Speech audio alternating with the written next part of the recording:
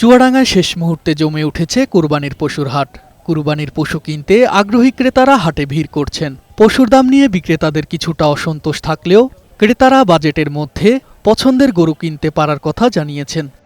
চুয়াডাঙ্গায় সবচেয়ে বড় হাট আলমডাঙ্গা পশুর হাট। সেখানে সবচেয়ে বেশি পশু বেচাকেনা হয়। অন্যান্য হাটগুলোর মধ্যে রয়েছে ডুগডুগি শিয়ালমারি, গোকুলখালী ও ৯ মাইল ভুলটিয়া পশুহাট। পাশাপাশি কোরবানি পশু বেচাকেনায় অনলাইন প্ল্যাটফর্মও যুক্ত রয়েছে। তবে এবারে মাঝারি আকারের গরু বেশি বিক্রি হচ্ছে বলে জানিয়েছেন পাইকার ও ব্যবসায়ীরা। কি বলবো, গরু ছাগলের কোনো দাম নেই, বড় গরু বিক্রি নাই বললেই চলে।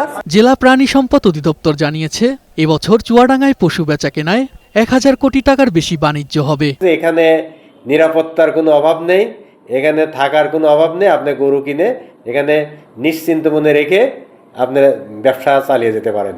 এদিকে ঈদুল আজহাকে সামনে রেখে শেষ মুহূর্তে হবিগঞ্জের জেলা জুড়ে জমে উঠেছে পশুর হাট। তবে গরু বিক্রি হচ্ছে কম।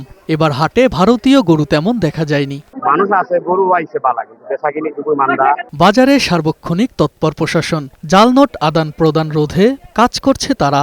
এছাড়া সাদা পোশাকে কাজ করছে পুলিশের টিম। গরুর হাটগুলোতে আমাদের ফিক্স ডিপ্লয়মেন্ট রয়েছে ফোর্সের।